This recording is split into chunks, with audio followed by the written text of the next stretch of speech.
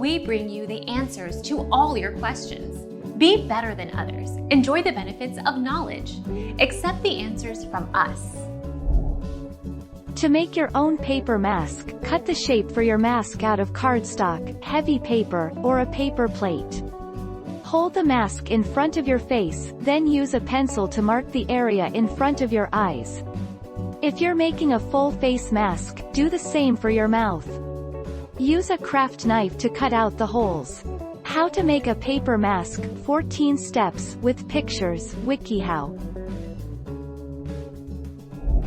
Our mission is to provide accurate answers.